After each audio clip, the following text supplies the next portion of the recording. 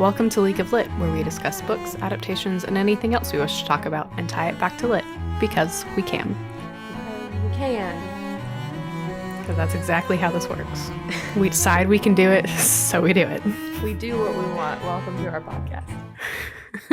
And it's generally surrounding literature in some way, shape, or form. Yeah, we try. League of Lit, you know.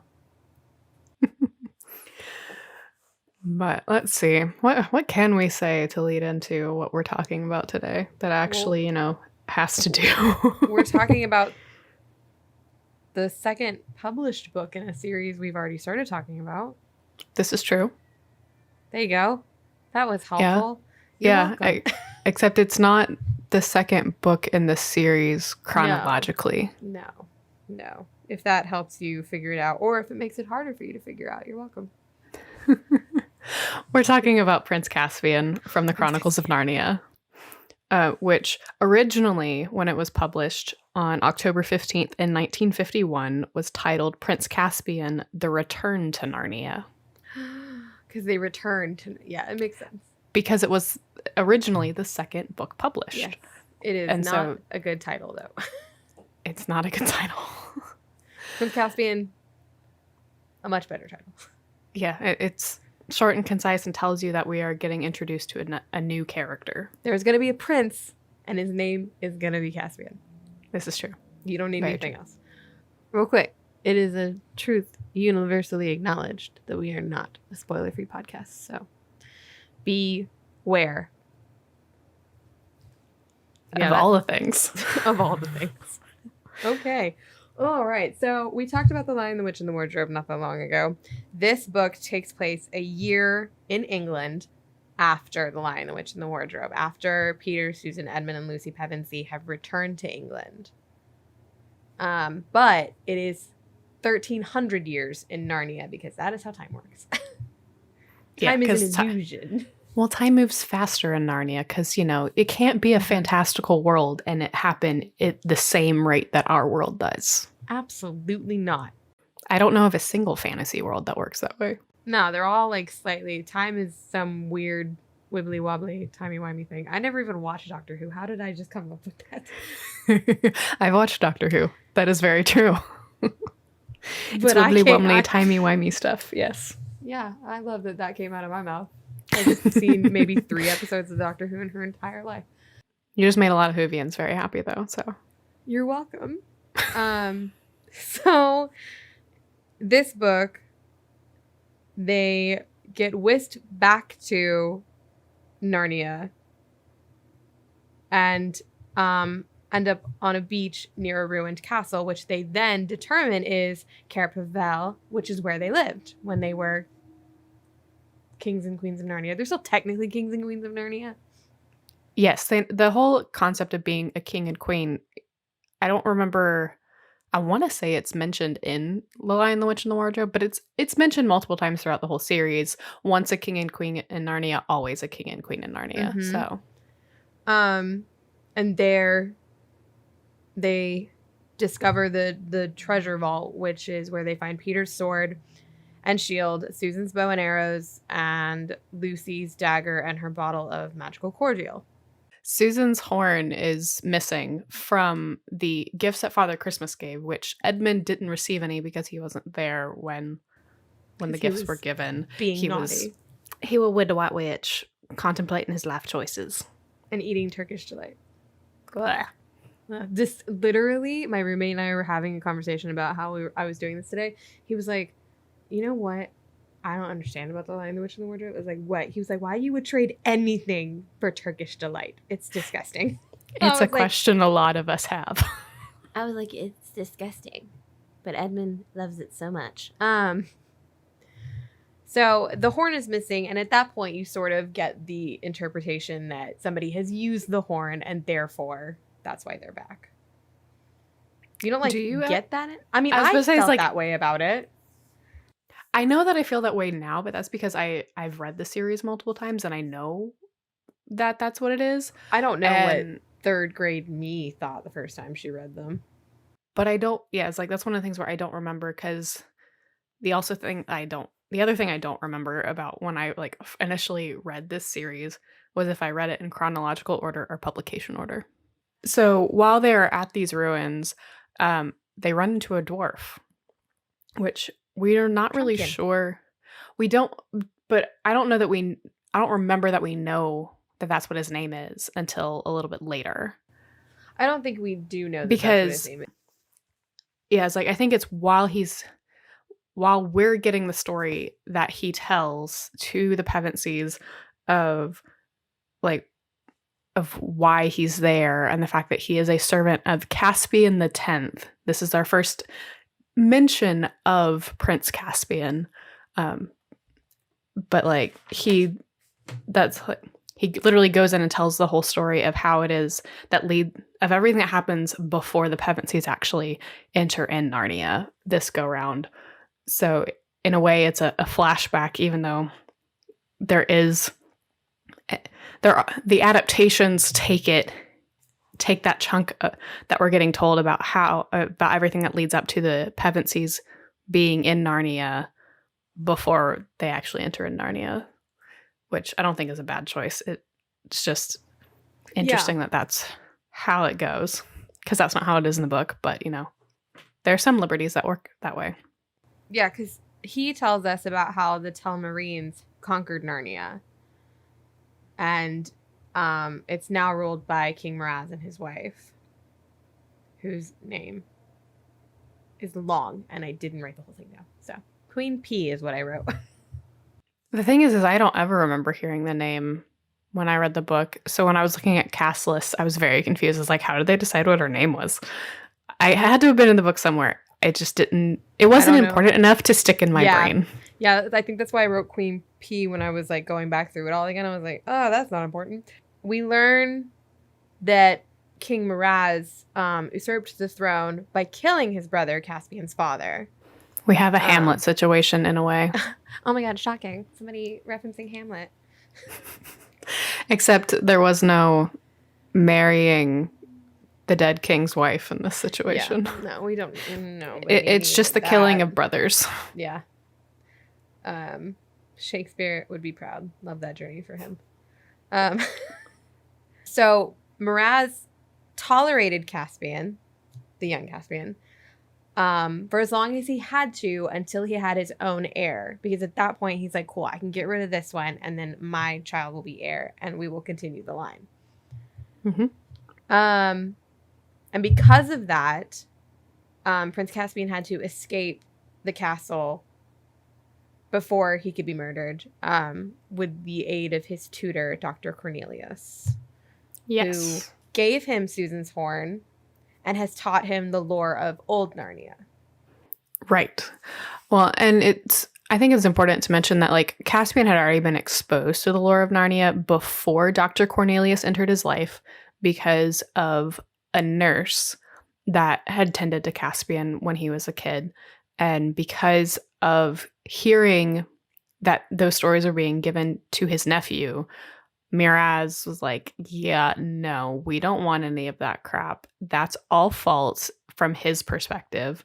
It's either it was all false from his perspective or he was just afraid of the truth getting out, which depending on the way that the adaptations go, it's hard to really gauge exactly how that is. But from the novel, you have no clear understanding of if it's he just wanted to believe that it was false or he truly knew the truth and didn't want Caspian to know. I mean, Miraz is definitely a politician through and through. Yes. I mean, he gets rid of the 7 lords that served Caspian the 9th that would have actually helped Caspian the 10th be a successful king. Yeah. So Caspian flees into the forest. It ends up being knocked unconscious, and he awakes in the den of a talking badger, Truffle Hunter, and two dwarves, Nickabrick and Trumpkin, who have accepted essentially that Caspian is their king because they don't believe that King Miraz is their king. Nickabrick is a struggle bus through the whole way. Nickabrick, so. Well, it just feels on brand. So, I mean, like, I guess I just always got the feeling that Nickelbrick was never going to go for it. But Trumpkin is more open to the idea than Nickelbrick is when we first initially meet him. And where Nickelbrick's he's a Telemarine, he's going to be just like the rest of them, and he needs to, like, go. And by go, I fully mean dead. No, I got that. And so it's that kind of a struggle, if you will, for those. But it's those three that meet Caspian first, and it's with their help that Caspian gets to meet all of the other Narnians who are supposedly supposed to be extinct. Yeah, because at that point, there are no talking animals. It's not the same as it was before. It's a completely different Narnia. Because the Telemarines very savage savage place. Over. Yeah, and they've essentially killed all of the smart animals, or at least they think they have. And they've replaced them in a way with just regular animals. I don't know that it's that they killed off a bunch of them. I think they just started treating them like dumb animals, because I know at least in one of the adaptations it's mentioned, well, you can only be treated stupid for so long before you actually become that way. Yeah. And so, and the book never gives us a clear, like, oh, they did this, and that's why we have so many more dumb animals and less talking animals. Like, because even the trees lost their liveliness. Because they started treating them like trees. I wish we could talk about trees. I wish we could make the trees smart. It'd be so interesting. But through Caspian meeting all the old Narnians, we are introduced to what is honestly probably one of my favorite characters in the series, which is Reepicheep. He has this level of spunk and a liveliness that doesn't exist in a lot of other characters, but at the same time, his pride is really annoying. Like, he's definitely like, I want to just boop him on the head, but I feel like he would just stab me. So with his very tiny sword, because he's a mouse. He'd be like, "How dare you boop me on the head?" I'd be like, "But you're so precious." And he would take offense to that. He would. He would fully take offense to me calling him precious, even though I just mean it because he's so precious. It's just Reepicheep. It's okay. But, and we'll talk about Reepicheep when we get into adaptations a little bit more too, because of how Reepicheep is portrayed, specifically who portrays Reepicheep in these adaptations. So we'll talk about Reepicheep a little bit more later. Yeah. So they do a midnight council on the dancing lawn, and Dr. Cornelius arrives to warn them that King Raz and his army are approaching, and tells them to flee to Aslan's How, which is in the Great Woods near Cair Paravel. And then, well, and Aslan's How is, because it's not something that you understand until a little bit later in the novel, I think, that it's essentially the tomb. It's like the area around the stone table. Like, so there are a lot of locations that we were introduced to in The Lion, the Witch, and the Wardrobe that have been renamed because of how circumstances have changed over the last 1,300 years in Narnia. So the Telemarines follow the Narnians to the How, and they fight. You know, it's a war at this point. And at a second... all for the crown. Yes. At a second war council, they decide to use Susan's horn in the hopes that it will bring them help. So now... because the legends is that it would call the kings and queens of old. But that's just the legends that they have been told. They don't actually know if it'll work. They could fully just be blowing a horn. It's a great musical instrument. It's not that great. But obviously it works. Trumpkin tries to be a realist about this entire like using of the horn thing, and because he brings up the fact that it could be all for nothing and that they just blow the horn and nothing happens. But he still has such a strong sense of duty that he agrees to go and search to see if any help actually does come from Caspian blowing the horn. So while they're while Trumpkin and the Pevensies are then journeying to Caspian, it's just a very difficult trek. I mean, Narnia doesn't sound like it's fun anymore, so I can imagine. Well, and also things have just changed over time. So things that they remember, like the journey from Cair Paravel to the Stone Table, is different than what it was the last time that they were there. Yeah. While they're on that journey, Aslan appears to Lucy and tells her to guide the others behind him.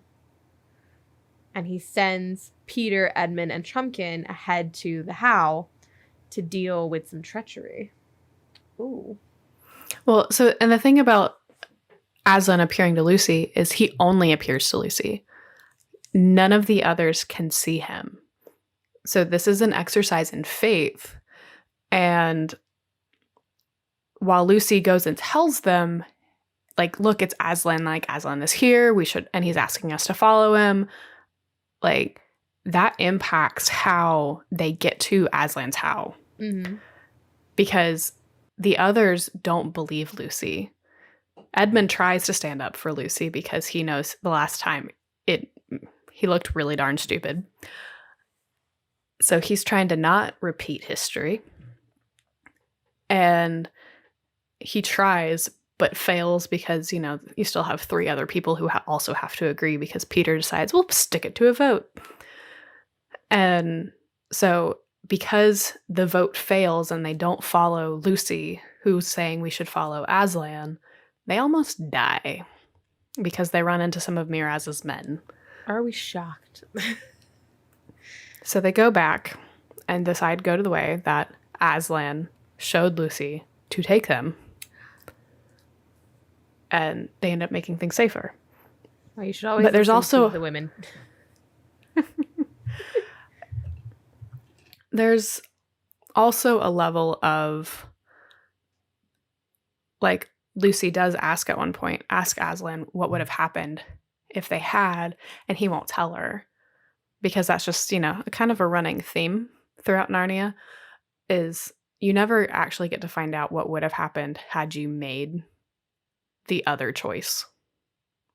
Even if you're making the right choice, because it's that ambiguity of right versus wrong, because in certain situations, following Aslan, like the way that they were supposed to go, it looked like a, quote, wrong choice. Yeah. A more dangerous path because of having to go, like, through the gorge and whatnot instead of going around the gorge, which is the way that they tried to go and which is what got them in trouble. Yeah. So it's challenging that perspective of what you perceive as right and wrong. Yeah. So back at the How, Peter, Edmund, and Trumpkin show up and drive out the creatures who are threatening Caspian. Because there's a little treachery going on with the Narnians. Well, it's Nickabrick. I mean, his name is Nickabrick. It's not a nice name. Which one of the adaptations gives him a little bit more of a backstory than the novel does, and I think it works well for him in, like, connecting him to a dwarf that actually served the White Witch. Because what Nickabrick does is bring in 2 creatures, which we never fully get a clear picture of them until after they're gone, of what they actually were. But it's these 2 creatures that are trying to bring back the White Witch. Because from Nickabrick's perspective, the horn hasn't worked. They haven't met the Pevensies yet, so they don't know that it actually did work. And they're just trying to figure out how they can possibly beat Miraz, because at this point, Caspian is injured. So he can't really do a whole lot to begin with. Like, they've literally fought this guy twice. And they're just trying to figure out how can we, like, just move forward and win back our land and put Caspian as king. Yeah. And Nickabrick's solution is White Witch. And it's a very bad solution. A terrible solution. It's a very bad solution. But because Caspian can't really do anything right now, Peter ends up challenging Miraz to single combat. And the army of the victor in this duel will be considered the winner of the war. Mm-hmm. Good concept. As long as It you're not works in fighting theory. shady people. It works in theory.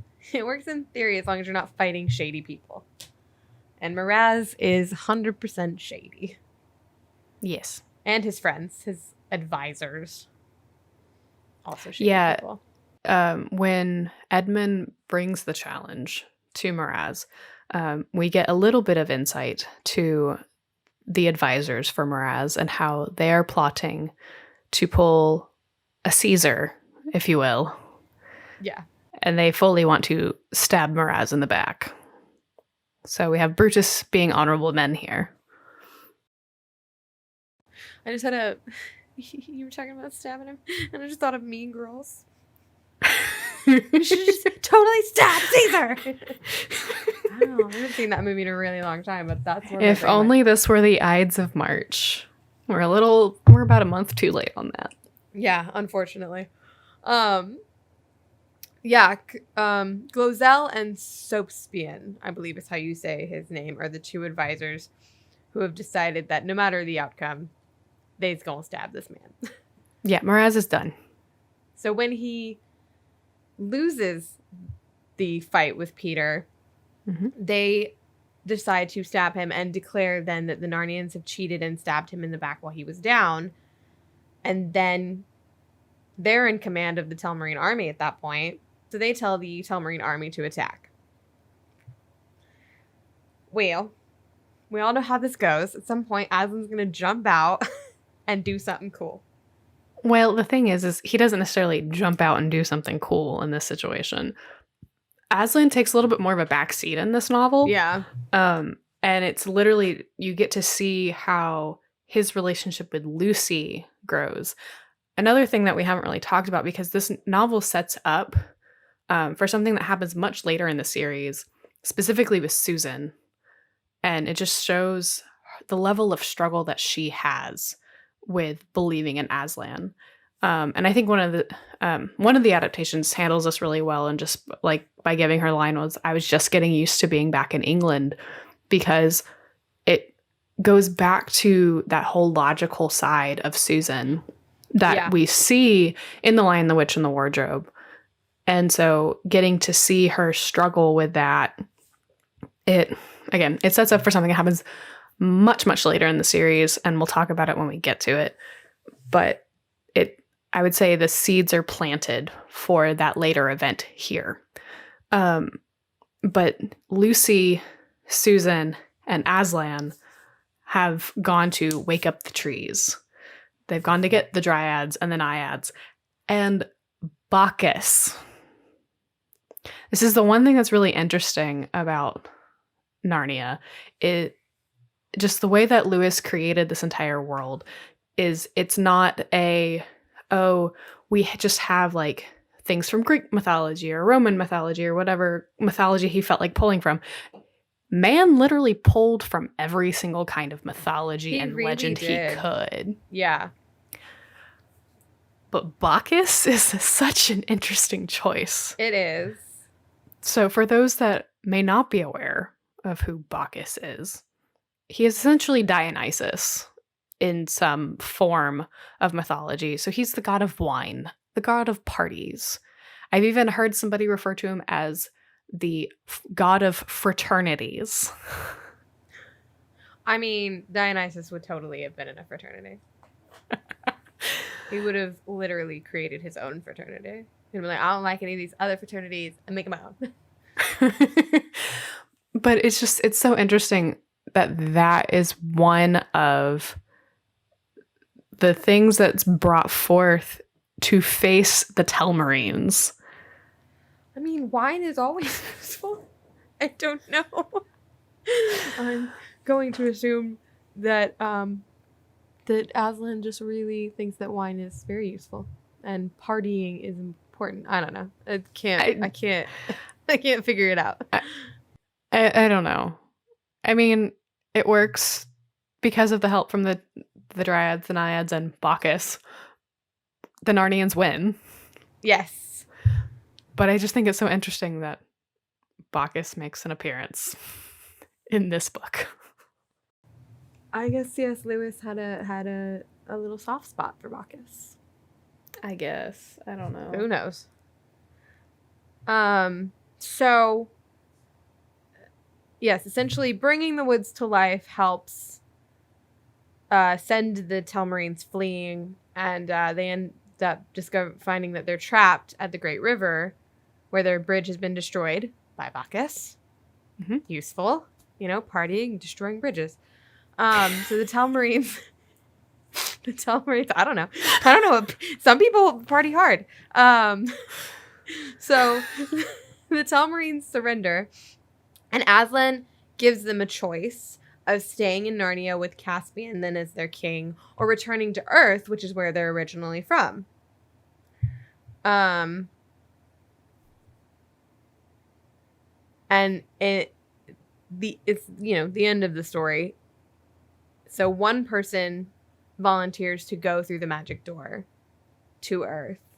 Yep. And the rest of the Telemarines are like, no, that's a lie. Where are you sending them? So then the Pevensies go through the door back to Earth. Mm-hmm.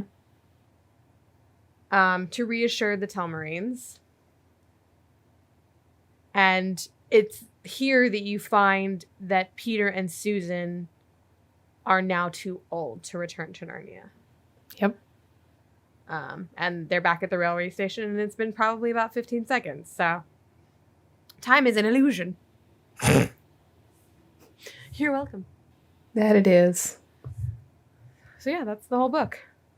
Some other things that happen right there at the end of the book that going back to our little friend Reepicheep, it's after all of this, he loses his tail in battle, and he feels very unworthy to be before Aslan because he has no tail. And his fellow mouse company, Mouseketeers, for lack of a better term, they all offer to cut off their own tails if their leader will be tailless. And it's because of all of that Aslan gives Reepicheep his tail back. So precious. Don't tell him I said that. He's so precious. And also right before the Pevensies go through the door, Caspian offers Susan her horn back, which she doesn't take because she's not coming. She knows that she's not going to be coming back, and it will be of no value to her in England. Which is sad. But my overall opinion of the book as an adult is I feel like this is just a build-up book. I don't feel like anything really happens. I feel like this is just a whole book of setup for the Voyage of the Dawn Treader. Yeah, it definitely feels that way. The Voyage of the Dawn Treader is far more important to the story.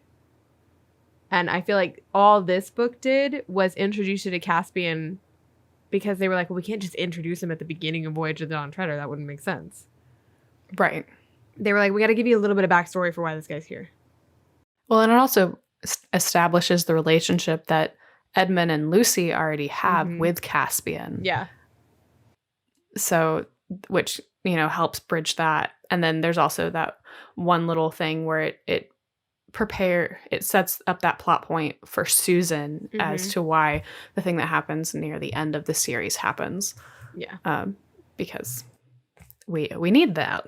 But I just feel like it's a bunch of setup. It's not like, here's all of this action. I feel like we had way more going on in The Lion, the Witch, and the Wardrobe than we do in Caspian. Yeah, and I mean, part of that could be that Lion, Witch, and the Wardrobe was a world builder. And C.S. Lewis didn't feel like he needed to world build in this one. Because in a way, he sort of destroyed and then rebirthed the same world in this book. He was like, it's gone. Now it's back. So, yeah, it's possible that it's just, this book was just a sort of a blip on the journey. Mm-hmm. But yeah. But fun news. There's only 2 adaptations of Prince Caspian. So the first one that we have is in 1989. This is continuing the BBC's miniseries trek through the Chronicles of Narnia, and they mashed Prince Caspian and the Voyage of the Dawn Treader in one, which, in all honesty, tells me that the BBC has a similar opinion that we do, with the fact that that Prince Caspian is just a lot of build up. Yeah. Mm-hmm. Because not only, because this like set of miniseries is still the same number of episodes as Lion, Witch, and the Wardrobe, 6 episodes, but only 2 of them are spent on Prince Caspian. The other 4 are spent on the Voyage of the Dawn Treader. Yep.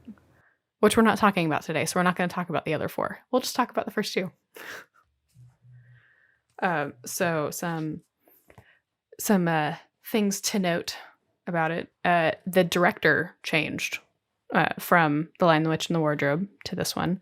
It's Alex Kirby this go round, but it's still being dramatized by Alan Seymour, so it's still the same writer. So it should, have a similar feel to The Lion, the Witch, and the Wardrobe. The actors who are playing the Pevensies are still the same. Yes. So, which has its own issues in its own right. Yes, it does. Because, yes, it's only a year since the Pevensies have been there. I don't know if the directors just didn't give notes to them. Lucy specifically never felt like she actually aged in the way that she carried herself, if that makes sense. Mm-hmm. She still feels very much like a child. Yeah, which coming out of The Lion, the Witch, and the Wardrobe, at that point, Lucy had literally grown up. She'd become an adult. She'd been through war. She'd ruled a country. The other adaptation that we'll talk about, I think, did a better job between the two of them of having these children grow up on the inside from what's happened to them. Right. This is going to be a fun actor to continuously bring up. Warwick Davis played Reepicheep in this adaptation. And we'll see him again in the next adaptation. We will, yes. Yes. And then we have Jean-Marc Paré as Prince Caspian, which he hasn't really done anything since then, where he was an actor. He's done stunt work, but that's about the extent of his career. And then Mraz is Robert Lang, who was in 4 Weddings and a Funeral. It's on brand. I guess. I don't know. So, episode 1. We open with the train station. So, they are taking it where we get to see the Pevensies at the train station, which is, where the novel starts. So, that's not a problem. They have a really weird conversation about Narnia. And then they, hear a horn. And it's like, what? And then instead of, going through the whole fact that, okay, the Pevensies are now entering in Narnia because they heard the horns, we cut to Caspian having a conversation with Mraz. And it was a weird cut. Yeah. It was the 80s, I guess. Yeah. But the whole situation that we jump into with Caspian and Mraz, it feels very rushed. It doesn't feel like it's actually being given the time it needs. Yeah. It's just, let's vomit all of this information on you. Because they limited themselves to 2 episodes. Yeah, and I think, again, that's because they limited themselves to 2 episodes. Because they were like, oh, we don't need this. Nobody wants to watch 6 episodes of Prince Caspian. I think they could have stretched it to 3 and it would have been fine. Yeah, but would they have had to make more for the Voyage of the Dawn Treader? I guess we'll find out when we get to that episode. Yeah, I guess we'll find out. As they're talking about the kings and queens of old, and I think this is more so when Caspian's talking with Cornelius. Um, we jump cut back for a brief moment to the train station, and I don't remember if it's Peter or Edmund that makes the comment of, "My ears are burning. Someone must be talking about me." What? Listen, it was the 80s. So that was such No, an I'm not- unnecessary Yeah, thing. it's like, It doesn't why? matter that it's the 80s. That's just a bad writing. It's also like at that point in the train station, it's not happening at the same moment that is happening. Right. Like, that's not when he uses the horn, when they're having a discussion about them. So I'm like, that makes no sense. Right. It doesn't line up. Yeah. But I mean, it was the 80s. I'm just going to keep using that excuse as if it means anything. Yeah, but we're like end of the 80s, beginning of the 90s. I was about to say, are you about to say that it's almost the 90s and that is why it should be better? Okay. I'm not saying that it should be better. Because it's crappy writing. Crappy writing happens regardless of decade. Yeah, it just should be better. It just should be. We are saying it should be better. Then we get to go through all of the different things. And let's see. Oh, the way that they say dwarves, they say dwarves. Dwarves. Dwarves. Not dwarves. Dwarves. Dwarves.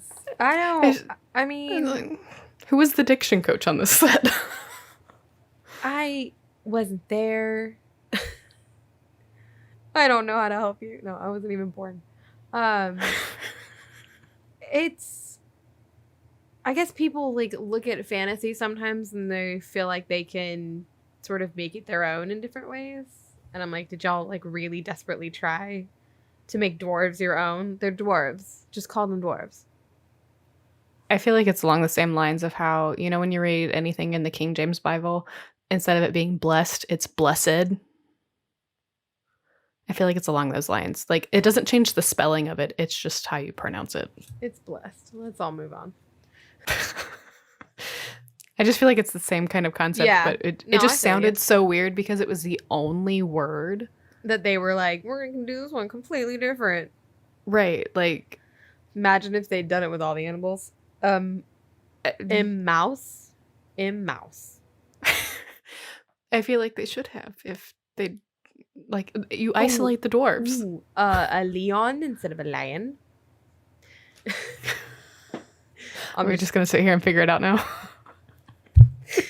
I got nothing else. Trees instead of trees. Somebody write this book, please. Oh man. Please don't. Go on. I'm sorry. No. So when they meet the centaur, when like Caspian's going and like meeting everybody after he's met Truffle Hunter, Nickabrick, and Trumpkin, the centaur magically gives Caspian armor. Mm-hmm. He just has it lying around. Don't you know centaurs just have armor all the time? But it wasn't like here, let me like hand you this armor. He just says, you need armor. And then it like magically appears on Caspian. Like, centaurs are first of all, creatures. That's nowhere in the book. No. And second of all, why? Why? He's just meeting people. Well, just in case somebody decides to get stabby make stabbing.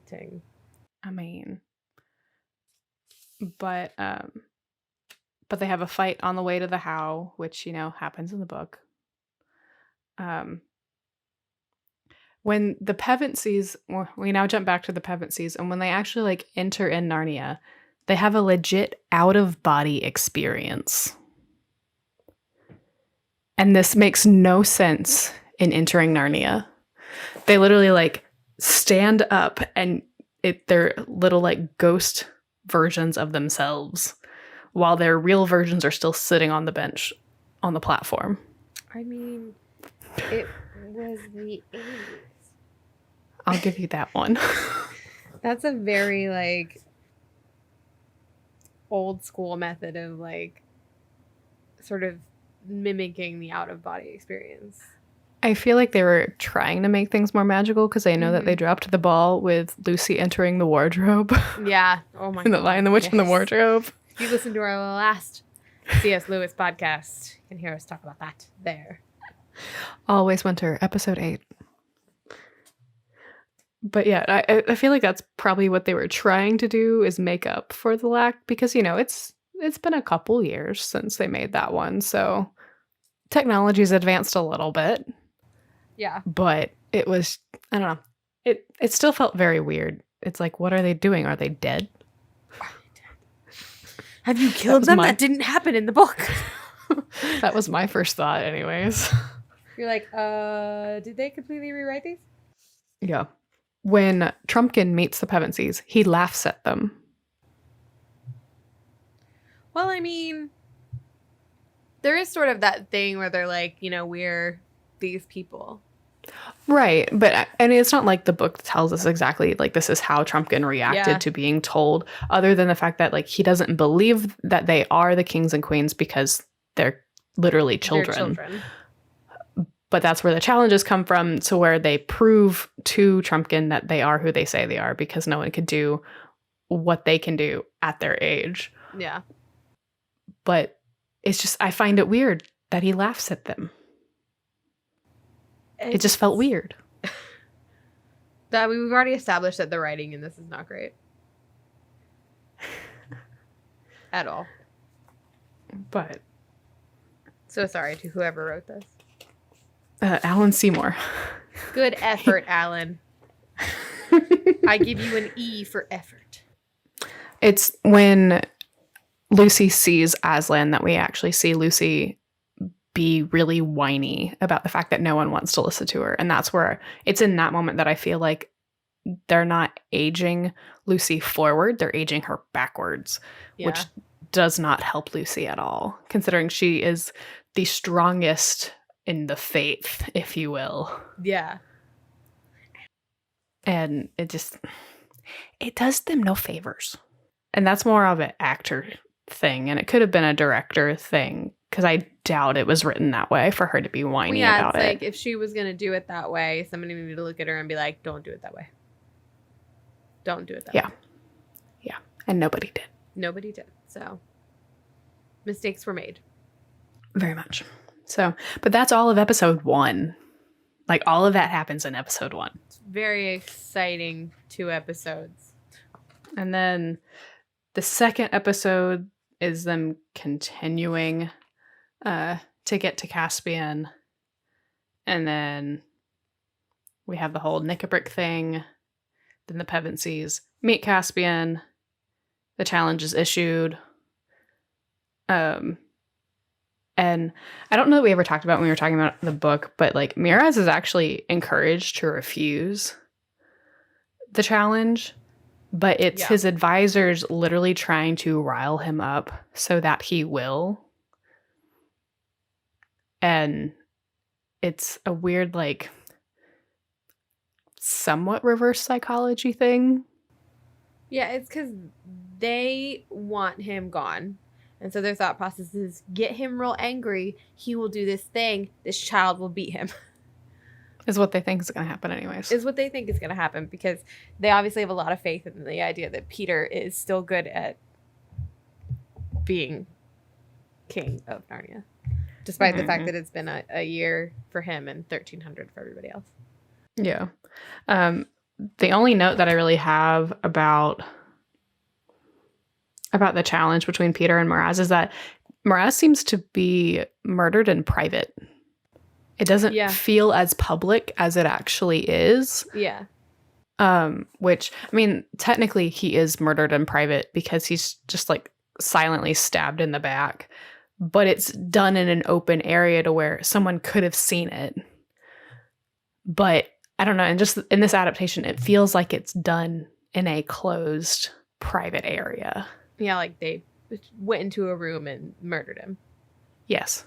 Shut the door, locked it, and murdered him. Yes. The beginnings of a whodunit instead of a... I'm here for this movie. Who killed Miraz?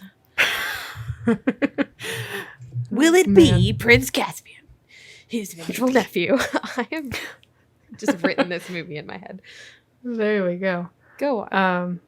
I mean, overall, just the like these two episodes as a whole just feels very choppy in retelling this novel, which, I mean, I feel like it has more that it could offer than this adaptation gave it credit for. I think that has a lot to do with that it's 2 episodes. And with, even despite the fact that this book is still a blip, if you're going to adapt it, you still need to remain mostly true to the story to get the story out to the best of your ability, rather than to just put it all together so that we can move on to what we like better. True. Because the thing about the ending of episode 2 is it does set up, like they literally jump right into Voyage of the Dawn Treader. Like when the Pevensies get back to the platform, instead of it being what it is in the novel, which is they're literally, when they're on the platform to begin with, they're headed to school. And it's Lucy's first time going to boarding school. Like there's already a lot of emotions going on at the beginning anyways. In this adaptation, it's literally Susan's going to America, Peter's going to summer school, and Edmund and Lucy are going to stay with their cousin Eustace Clarence Scrubb. Oh, Eustace Clarence Scrubb. What a name. It is a name, and I can't wait to talk about it when we get to that episode, but it's not today. So I gotta still on Prince Caspian. Gotta refrain. So sorry. Gotta refrain for the day. Onward and upward to the next adaptation. The next thing, which happened in 2008. Yeah, May 16th of 2008. Right? Yes. Yes, I wrote that. Yeah, down. this is the second one that Disney and Walden Media did together. It is also the last one that Disney and Walden Media did together. Because Disney didn't want to be involved in Voyage of the Dawn Treader. Again, we'll talk about that another day. We still have Andrew Adamson as a director. So, and he also helped write it with Christopher Marcus and Stephen McFeely. The Pevensies are the same in this cast. We get to be introduced to Caspian with Ben Barnes being Caspian. I like Ben Barnes. I like Ben Barnes as Caspian. He, however, and I agree with him, especially after rewatching it recently, he did not feel like he was the best choice for playing Caspian in this movie. Yeah. Like, it was great to establish him as Caspian in this movie because he really does well with Voyage of the Dawn Treader, but it's literally from an age perspective. Ben feels like he was the wrong person to play Caspian in Prince Caspian. I can see that. Because technically, Caspian is supposed to be like 10 in the novel, and you have somebody who is definitely not 10 or anywhere near the age of 10. Definitely not 10. Definitely like a full adult. Yes. I'd say at least 18. Yeah, I think he could pass for that. I'm being generous. They could have casted somebody younger, done somebody who kind of fit in with the Pevensies a little bit more as far as age, and then we would have gotten Ben in Voyage, because that would have made sense. But I still like Ben Barnes as Caspian in this movie. I do too. But because of how they casted him, it opened them up for some subplots, which we'll get to in a second. But other people we get to see in this cast, we have Peter Dinklage as Trumpkin, which apparently he almost always like turned down these kinds of roles because he never wanted to be typecasted. Mm-hmm. But for whatever reason, he decided to do this one. And he just I think really liked Trumpkin. He's like, I understand this man. I mean, I think he does an excellent job as Trumpkin. I like him as Trumpkin. He always plays that sort of like, kind of really well. He has that gray area covered really well. Yeah. We get to see Warwick Davis, but this time he's Nickabrick. He's the silly named dwarf. He's the not all that great dwarf. She said it. She said it and she meant it. Yes. Knickerbrick is a struggle bus. And we have Eddie Izzard voicing Reepicheep in this adaptation. I liked him as Reepicheep. Yes and no. Okay. Is where I sit on that. And I don't know how much of that is they seem to get stuck on kind of one-liner. Yeah. So I don't know that we really got the full range that we could have possibly gotten from Reepicheep. I feel like we get a better look into Reepicheep in the Voyage of the Dawn Treader. Just in that specific adaptation. Yeah. I feel like we have a solid idea from the book of who Reepicheep is supposed to be and how he's supposed to act. I don't think we got to see all of that from Eddie Izzard's Reepicheep. And I say Eddie Izzard's because they recast him in the Voyage of the Dawn Treader. So we'll talk about that again when we get there. When we get there. We're very excited about Dawn Treader, if you couldn't tell. There's a lot of, as we've already established, this builds up a lot. It's a lot of setup for Voyage of the Dawn Treader. So you almost can't talk about one without the other. But here we are, talking about one without the other. We wanted to go very not traditional with it. Yes. So, and then just a few fun facts before we dive into actually how they adapted this. Tilda Swinton makes 2 cameos in this adaptation. One as the White Witch, and then the other as a centaur. Yeah, as a centaur. And the thing is, like, I knew that going into this most recent rewatch, and I still couldn't figure out which one was her. No, I think it's just, it's more of just a fun fact. I don't think you're supposed to be. I feel like she would watch it and be like, that's it right there. But I think for her, it's just fun that she got to do that. Mm-hmm. She got to do more than just be the White Witch again. Which I do love how they handled that. But, and then with, so the way that they tried to do the Telemarines in this adaptation is they tried to give them Spanish accents. And I say tried. We say tried because it did not work. It did not work very well at all. But Ben based his on Mandy Patinkin's Inigo Montoya from The Princess Bride. Yeah, which I can't be mad about that. It's just funny. It is. And then the last fact that I will share, Andrew Garfield had auditioned to be Caspian.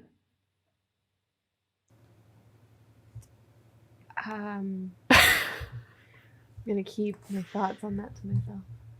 I don't like it. Because of the direction that they took with the Telemarines, because off the top of my head, I don't remember the book ever specifically describing them in a certain way. No, they were just humans from Earth. Right. So that, leaves a lot of things where, like, in The Horse and His Boy, the race that we are introduced to in that book, we are given a clearer picture. Mm-hmm. That they're not white. Yeah. Where I don't know that we have that clearer picture that the Telemarines are not white. Not saying that they couldn't be, but like we don't have they have, like dark skin or they have tan skin or whatever, like descriptive words you want to use. I wonder none are used to describe their skin tone. What their thought process was for that. I want to say This is just me trying to siphon through all the different background, behind the scenes stuff that I've watched throughout my life. Um, I want to say they just wanted to go with something to distinguish the Telemarines from the Narnians. And because most of the Narnians have that paler complexion, they decided to go with the attempt at Hispanic, I think, is what they're, that like Spanish Hispanic kind of deal. Again, don't think they were all that successful. Yeah. I mean, everyone was of the same complexion, but not everybody had the same kind of accent. Yeah. That is a fair assessment. So, alrighty. Let's hop into this adaptation. What's your thoughts? I mean, this adaptation, I think, does the sort of the jump cuts from what's happening in Caspian's life to the Pevensies. I don't know why I called them the Narnians. Better than the first adaptation does, for sure. Because you sort of start this adaptation meeting Caspian. Yes. Which I think worked the way that they did it. Because you get introduced to what is going on in Narnia before we see the Pevensies again. And I do feel we miss some of the context. Don't know that it's absolutely crucial that we have this context, but like we literally, the first thing we see when we actually see people, because we see a lot of scenery before we actually see people at the beginning of the movie, is Caspian's aunt giving birth. Yeah, we honestly needed a little bit of, why is this woman having a baby? Right. Who is this lady? And so like it goes from seeing her give birth to Cornelius warning Caspian and trying to get him out. Yeah. So like it hops into the action really quick, which I mean works well and it does things in its favor. It just, we have no context of who this is, why this is important, and why we should care. At this point, we're like, he's like, your aunt is having a baby. You have to leave. And he's like, excuse me? And I'm in the audience going, I know who that is. Do people who've not read this book know who that is? And that is the question we would love an answer to. If you have never read the book and you just watch the movies, would this make sense to you? Like, would you assume that that's Caspian? Because it's the name of the movie? Would you assume that the baby that's being born is Caspian? Or would you assume that the person who is being told to run is Caspian? That's the question. Huh. Yeah, I mean... Or is the king Caspian, for all we know? I mean, because no names have been mentioned at that point. Caspian. There are so many options for Caspian here, and we have no idea who it is. There could have been a lot more backstory, but again, I think they were like, we just need to put this movie out there because without this movie, nobody's going to understand Don Treader. They're going to be like, who is this man? Right. Well, and the thing that you get locked into when you make adaptations of these books is once you've made The Lion, the Witch, and the Wardrobe, you have to make Caspian and Voyage of the Dawn Treader. Otherwise, your Pevensies will outage where you're at. You have to do it.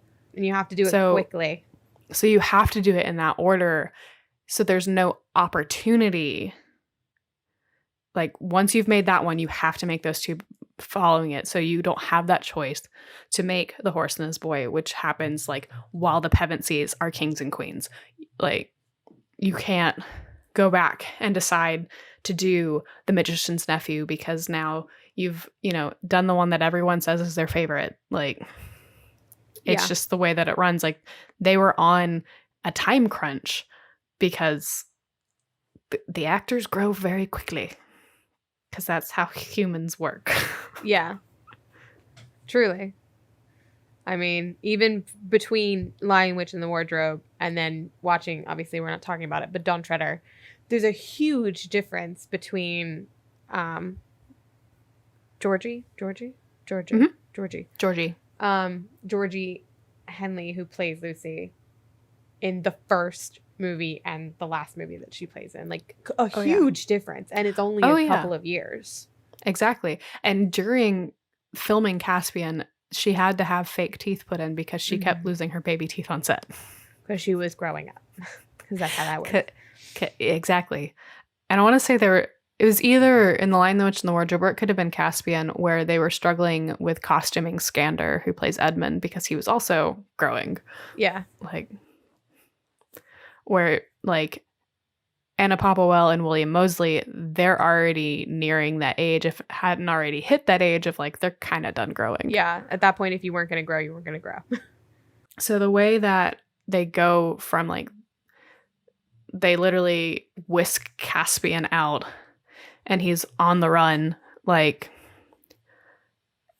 the way that they kind of, in a way, rush the whole Caspian blowing the horn, like, I think it works for the way that they set up their adaptation, but it doesn't work from the context of the book. Yeah. Because he literally does it as he's about to get knocked out by Nickabrick. Yes.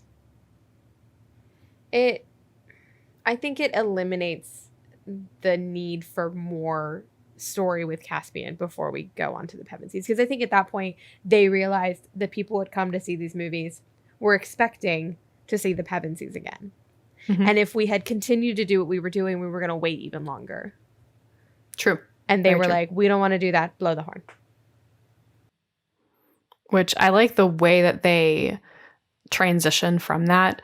It's literally Caspian's blowing the horn, and in the next scene, Lucy's having a car horn honked at her because she, did a dumb thing and ran in front of a car. I think that this movie handled transitions so well.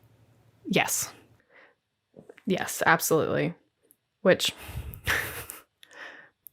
I'd like to understand why Susan chose the name Phyllis to be her fake name for that boy, to deter this boy. And then I'd also like to understand why after Lucy calls her Susan, he still continues to call her Phyllis. Because men are sometimes not the brightest. This man in particular is maybe not the brightest. I don't know. Not the sharpest tool in the shed, that man. I don't know. Mostly because she paused before she said Phyllis, and he took it as fact. She was like, Phyllis. And he was like, yeah, that's your name. As if, like, your name wouldn't be second nature to you. I mean, she could have been in the witness protection program. You don't know. That's true. We never know.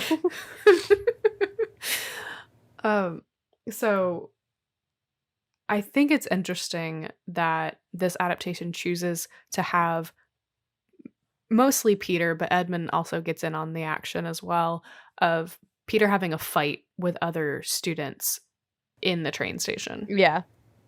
We have no context of why. Yeah, I think you sort of get the idea from what they do afterwards, where Peter's sort of like, I've been a king. That he's, I think, having been in Narnia for so long and grown up and lived like essentially a whole life, I think they're all feeling a little stunted being back in the real world because they have been kings and queens and they've gone through the ups and downs of living a full, I don't know, I'm going to guess, say 30 years. And now they're in the real world where they have no power to do anything, and they feel like adults trapped in children's bodies. And I think maybe that's like, you're sort of supposed to assume that Peter's just having the rough time because mentally he's such an adult and physically he's still technically like a teenager. Yeah. But even like when they go back and like Peter says this was what happened, it makes no sense. No. But I guess they filled in here because they had decided not to do so much with Caspian, that they were like, well, we got to do something with the Pevensies now. Who knows? I don't know. I mean, I don't think it I don't think it damages the story in any way. It's just, it's very much a, well, why? Why did the fact that this person bump you, whether it was on purpose or not, why did that turn into a full-blown fist fight? Peter, as we learn in this movie, is kind of a douchebag. He's definitely very angry in this film. And I think they take his character in a way that I don't think you see in the book. No. Because he and Caspian don't get along in this movie. Yeah, no, in the movie they don't get along like till the end. They're not friends. And I'm part of that. I'm like, well, if Caspian had been younger, would it have mattered? I want to say, I think if Caspian had actually been casted younger, it would have been different because it wouldn't have been I'm the same age as you, dude. I should be able to do this too. It's no, you're older than me. I know that I should respect my elders, which is definitely what you get from that book. Yes. I would say that Caspian is more around the same age as Edmund or even Lucy. Yeah. So he doesn't try to challenge anything that Peter offers as advice or, hey, this is what we should do. Where every which way we turn, Caspian is challenging Peter without actually challenging Peter. Yeah. There's a lot less Aslan in this movie than there was in the book. He's not nearly as involved in the movie. He's still there, but like he doesn't really get as involved in this adaptation. I mean, in the book, he's not all that involved. I think he's just a lot more involved in the book. There's also this like oddly written tension between Caspian and Susan. Yes, that's one of the subplots that it's like, dude, why did this have to exist? And I think part of the reason why it was open to exist is because they casted Ben Barnes instead of casting a younger actor and then choosing Ben Barnes for Voyage of the Dawn Treader. Which is crazy because like Susan's not coming back for Voyage of the Dawn Treader. So like, why did you guys feel the need to have them flirt with each other? It's not like she was going to like stay and marry Caspian. Exactly.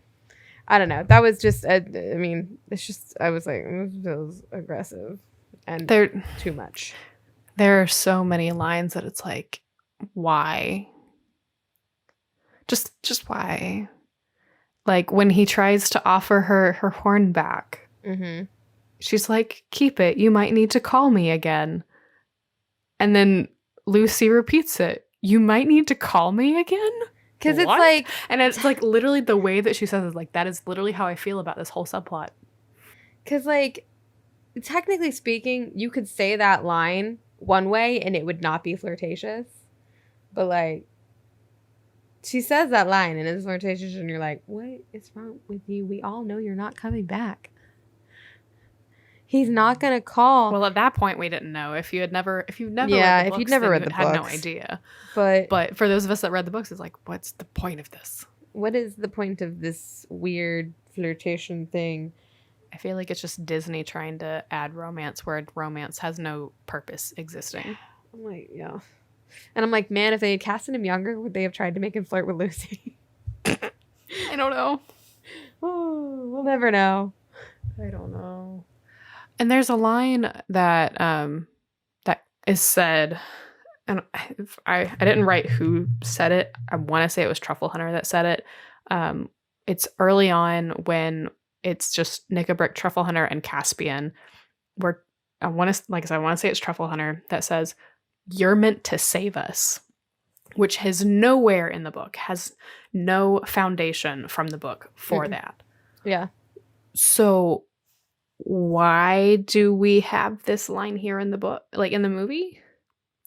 It doesn't act like, and I feel like because of that line, that's where Caspian gets his little bit of self-importance that he has that then causes him to clash with Peter. Yeah, because at that point, Caspian's become self-important. Peter's been self-important because he was once High King of Narnia. So they're just two self-important men who, well, not even men, boys who are going through Hormonal puberty. boys. They're going through puberty. And so they're just mad. They're just mad. It was, I mean, there were definitely bad choices made in the making of this movie. Which I believe is why Disney probably was like, because even though, I mean, it was fairly successful. It was not as successful as Lion, the Witch, and the Wardrobe. Yeah. It's just like... But part of that is just because the book as a whole struggles. Yeah, honestly, if they had done more to, I think, just combine the two of them the way that BBC had done, it wouldn't have worked. Sorry, my brain, I was like, this would have been, never mind. No, it still doesn't work because of the timing of when these are supposed to happen. Not done it. I'm like, because I've always looked at this movie as the catalyst for the reason why we didn't get more movies. Mm-hmm. But I'm like, but they couldn't have not done this movie. Yeah, no, there's no way around not doing this book as an adaptation when you choose to adapt the series. But I guess the writing could have been better. It's like, I think they might have dug themselves a small hole with the whole Susan subplot. You also have a bit of a problem with there being tension between Peter and Caspian. The not great Spanish accents. Like, in all honesty, the tension between Peter and Caspian sets them up for a lot more trouble than is actually found in the book. Yeah. So that was either the writers trying to create more tension so they had more opportunity for action, because there's literally an entire scene that is so obviously planted for action alone. Yeah. Because this scene doesn't exist in the book. Because literally once the Pevensies meet up with Caspian, that's when we just go straight to the challenge. Like, they've already... Before the Pevensies get to Caspian, there's already been 2 battles between the Narnians and the Telemarines. Yeah. Where in this adaptation, we've only had 1 battle. Yeah, because then they go to battle at the castle, which ends so sadly. Very sadly. But the whole, like, stealth operation itself, like, it's clearly an action grab. Yeah. And it's slightly fun, but also sad. It's clearly a way of pushing the Caspian versus Peter storyline. Yes. Because that whole thing, the whole battle in the end, just makes Peter look real bad. I think it makes them both equally look bad because they both made choices that pushed them to the point that they ended up being in. Yeah, and that pushed a bunch of wonderful animals to have to die. Yes. So. And then, like, you get different moments of seeing, like, Susan struggle, like, when she says things like, while it lasts. Like, you know, things like along those lines where you, like, they are sowing those seeds that are meant to be sowed of her struggle and as to what happens later that, you know, we never get to see. So not in these movies. If you've never read the books and you just watch these movies, it just makes Susan look like a pessimist, and she is, but she's not. Like, it's her faith struggle. But there's also a level of faith struggle that we see with Peter that doesn't exist in the book. Like, yeah, he struggles initially when, like, Lucy first says something about seeing Aslan. But the fact that it continues well after that, it just, I don't know, it doesn't fit his character. No. His whole character arc in the book is pretty much non-existent in this movie. Mm-hmm. Oh, it's during that whole stealth operation. That's how we get Cornelius back, instead of Cornelius escaping and joining their little war council on the dancing lawn. Yeah. And so, I mean, that's how it was set up, which, I mean, isn't It's not a problem. It just isn't what happens. Yeah. It's not what happened in the book. And I'm generally not one of those people that's like, well, it didn't happen in the book this way. But with these stories, I feel like it needs to be a little bit closer to the book than what this was. I think out of the 3 that they did get to adapt with this round of adaptations, Caspian is the one that matches the book the least.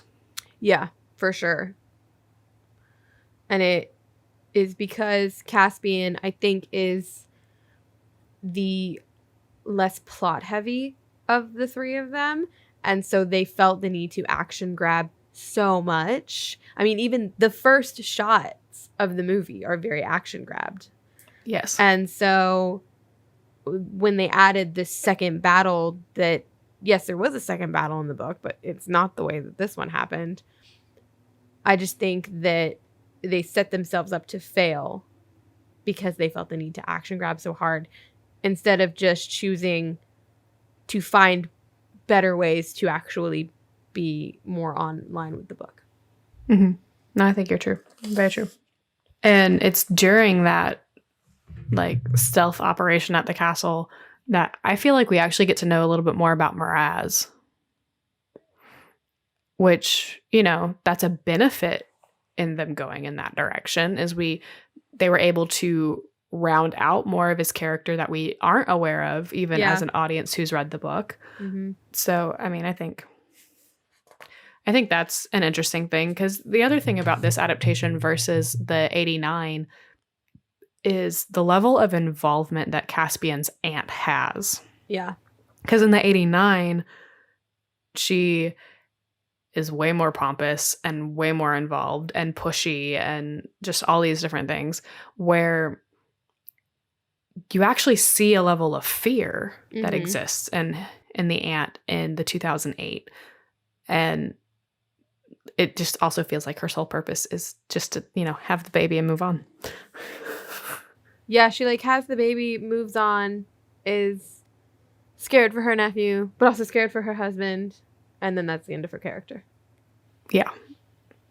Bada bing, bada boom. And then, thank you for. And then I think like at the end, they have, because it's never like established in the book like who it is that says it, so that like leaves any adaptation open to deciding which characters it will be. I'm pretty confident that she is one of the 3 that says that they will go. Yeah. So I can agree with that. They have a whole like crowning of Miraz in this one that I question the necessity of it. Yeah, I mean, I think in the book he's just King Miraz. Yeah, like he's already assumed the throne. He already acts as king. Yeah. So I wonder why they chose to go that way. Yeah, I don't know. There's a lot of choices made in this movie. Yeah. The way that they go about with the White Witch, like trying to bring the White Witch back, is very unnerving. Yeah. A lot of anything with these 2 movies, The Lion, the Witch, and the Wardrobe, and Prince Caspian, the White Witch is consistently very much more unnerving in the movies than she's in the books. Well, and even just like the creatures that go along with her, like it, especially because they have it happen near the stone table, it almost gives you the same feelings from when they did the stone table scene in The Lion, the Witch, and the Wardrobe. Which is cool, but very uncomfortable. Yeah. And I think the way, like, it's really a great opportunity for Edmund as a character to do what he does in that scene, which is, you know, stab the witch, because he knows the power that exists. And so because he's more aware of it, he can resist it easier than everybody else. Yeah. But the way that he just he goes about it, I don't know. It's slightly sad where he's like, oh, I know, you had it sorted. Yeah. I agree with that. But I don't know. I feel like they could have They could have added a few more things to, you know, help build relationships during that, but I don't know. I think it's really great how protective Trumpkin is of Lucy in this adaptation. Lucy always needs someone to be very protective of her in an adaptation. It's adorable, and it makes for great storytelling. She always needs a friend. It's not something that you see in a lot of adaptations. Yeah. And it's also not something that you really see in the book in this one either, where Trumpkin feels like he needs to be protective of her. But I think it adds something to the story. Mm-hmm. And something that was also, we haven't mentioned, in the book, the Pevensies start referring to Trumpkin as DLF, which stands for Dear Little Friend. Yeah. And between the two adaptations that we get, this is the 2008 is the only one that actually does something with it and like kind of establishes it, and it becomes endearing. Yeah. And it's great. Because they call him the DLF. Which he also then returns back to Lucy. Yeah. And calls her a dear little friend. Because she is. But it's very, very precious. Yeah. So when they have Susan and Lucy go find Aslan to, you know, hopefully help bring more help to the fight that they know is going to happen, because they just have that really great hunch that, you know, yeah, things aren't going to go the way it's supposed to go with the challenge. The fact that Susan gets off the horse to protect, literally the whole reason why this exists, because it's not how that happens in the book, because Susan goes with Lucy the whole way. Yeah. It literally happens because Anna Popplewell wanted more screen time with her bow and arrow. Yes. I mean, I understand that. She was given it as a gift. Yes. Like, and I'm not necessarily mad about it. It just, I don't know. You're kind of like, oh, wow. Okay. Like, I think the main problem that I have with that specific scene is because Caspian comes and like quote saves the day, so it adds to that weird tension because they never fully develop that subplot. Yeah, it never goes anywhere. Like, they got rid of the scenes that actually developed that subplot. Yeah. So they should have nixed it altogether if they weren't actually going to do it. I wouldn't even say they went halfway. They went like a quarter of the way on that subplot. Yeah, they flirted like 3 times. That was enough. I do think it's interesting that for the way that they choose to stab Miraz is they somehow have one of Susan's arrows. Yeah. Like, it's just magically, they have one of the arrows, and that's what they use to stab Miraz in the back. Get one of the arrows? I have no idea. Again, another subplot that was never developed. Let's talk about the costuming of this one, of this adaptation for a second. We'll start with the helmets of the Telemarines, how they look like human faces. They do. It's very unnerving. It is. And I think in a way it helps establish that they're, quote, the bad guys. Yeah. Because it makes you uncomfortable to look at. Yeah, it's like creepy. It's like when they use like skulls for bad guys. Mm-hmm. It's the same thought process. Yeah, I would agree. Almost everything that Susan wears once she hits Narnia, it's like I would actually be okay with wearing that. Yeah, they did a really good job with the costuming on this one, I think. Not that they didn't do a good job on The Lion, the Witch, and the Wardrobe, but it felt, I think, maybe even a little bit more thought out in this one. Mm-hmm. They had thought about how these kids had grown up in a year. And yeah, a lot of what Susan wears. I'm like, I would wear all of this to the grocery store. I don't know that I'd wear chainmail to the grocery store. No, why not? But like, I think it's interesting that they give her like kind of a chainmail t-shirt that goes under a corset. Mm-hmm. So like she has that blended like masculine yet feminine. She almost became more of a warrior in this movie than she was in the first one. I would agree with that. I think that's what they were going for with her outfits, was including her in the fighting way more than they did in the first one, which I think, again, is because Anna Popplewell wanted to do it. Yeah. So. Which I don't think it's bad.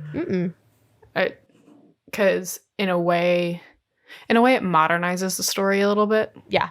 By having that there, because obviously when this was written, that was not how women were specifically viewed. Not that Lewis like wrote weak women. He definitely has very strong women in his books. Yeah. But they weren't the ones that you would find in the middle of the fight scenes. Which I think you see a lot more in the first one. Mm-hmm. Where Susan really only stands in the back and fires some arrows. And that's really it. Whereas this one, she feels a lot more in the action. Even when she's a little bit further away firing arrows, she's still quite a bit more involved, even with planning the attacks that they do. Yeah.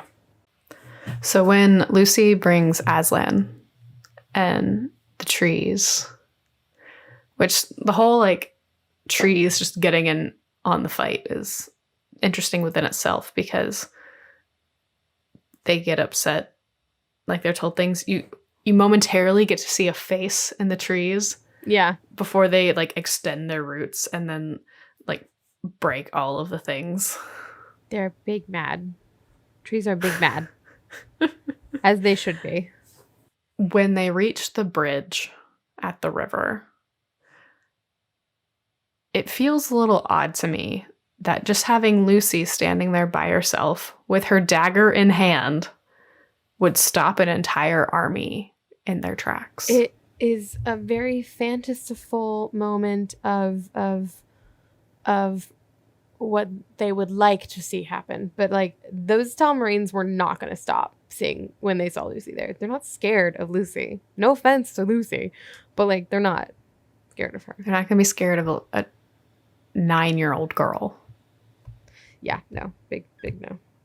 But yeah, and then obviously, so I don't know if maybe because of the angle that we're at, we can't see Aslan, but the Telemarines can, and maybe that's why they stopped. Like, that's one we would need to know that.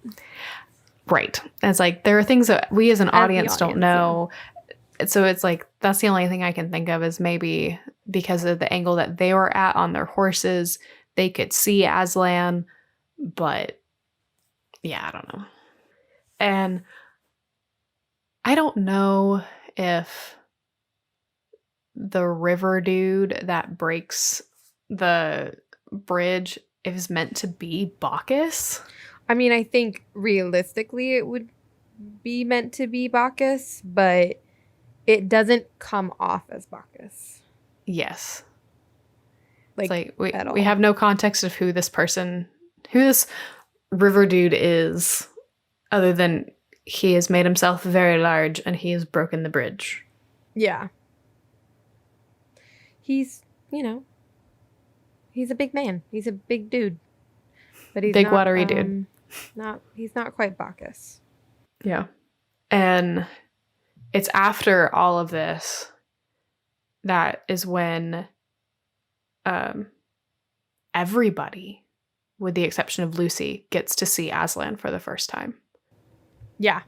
Which is not how it happens in the book. No. So it feels a little odd. Like, it makes sense that's when Caspian would meet him, because that is when Caspian meets Aslan. But the Pevensey, like all of the Pevensies and Trumpkin have already met Aslan before this point in the story in the book. Mm-hmm. So I don't know if they were just trying to make it more magical again, like really trying to up the magic ante. I don't know. But I don't know. It doesn't really do anything for the story. Like, in a way, to me, it feels like we still have a little bit more of the story to go, more than just, okay, now, like, Caspian is going to be crowned king, and Telemarines are going to be given the opportunity to go somewhere else if they wish, if they don't want to live under Caspian's rule. Yeah. I don't know. It just feels like there's a little bit more that's left to go, and there's not. Yeah. And this movie it's like rushed but slowed down. Yeah, it's a very weird pace. Yeah, the pacing of this movie is very odd. But again, the pacing of this book is a little strange. Also true. So that, because the other thing, so right here at the end of the story, Caspian makes the speech with Aslan instead of Aslan just giving the whole speech of, like, everyone is welcome to stay if they would like to stay. But however, if you don't wish to stay, here's your, like, opportunity to go. Yeah. And then that's when we get into the whole, like, Peter and Susan, they're not going to be coming back. Mm-hmm. And then to wrap up the awkward subplot of Susan and Caspian, she says, it would have never worked out between us. I am 1,300 years older than you. She starts to leave, then decides to go back and kisses the dude. Why make the comment that you're 1,300 years older than him and then kiss him? It's just not necessary. It's not necessary. It made no sense. Makes zero sense. It made sense to them because Ben and Anna were close enough in age, I guess. But, like, I guess. And I mean, they do have chemistry. They do. We're not denying that at all. Denying that. Like, it's not that they didn't do a good job with this subplot. It's that it wasn't written well. Yes. And then I really do like the song that, like, goes with this movie. The Call by Regina Spektor. Mm-hmm. It was a very solid song. And for the longest time, you could not get it anywhere outside of getting the entire soundtrack. Yeah. They were like, you can't buy this individually. And we were all like, oh, why? So I own the entire Prince Caspian soundtrack because I wanted Regina Spektor's song. Because she never released it on her own. No, it was just released on the soundtrack. It was literally for this movie. And I think that was a great, like, call sound. Was like, it that was, yeah. It was a great, like, choice from a marketing perspective for the soundtrack. Because it meant that people bought the soundtrack. Is there anything else you would like to add to our discussion? This book is not bad. This book is just too long for what it is. Because we just didn't need all of this backstory, I don't think, to introduce Caspian. I think truly that this book was not necessarily necessary. I understand that. And, like, the length of it, how much we had to learn. I'm like, y'all could have introduced Caspian in a shorter way. So I think that is true. Lewis could have absolutely introduced Caspian in a different way, starting with Voyage. Mm-hmm.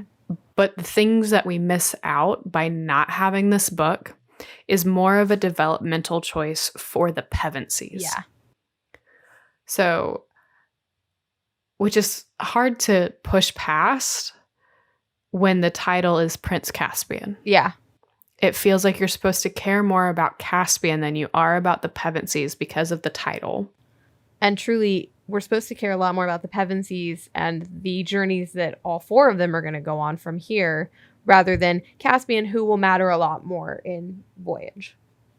Yes. Those are our thoughts on Prince Caspian by C.S. Lewis and the adaptations that have come from it. So, thank you, C.S. Lewis, even if this is not our favorite of your novels. Mm-mm. We still appreciate that you wrote it. We're still having fun. Yes. And that is, I believe, what matters. Absolutely.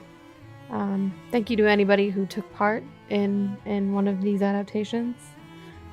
Bravo. even though we didn't really need them in the way that you did them.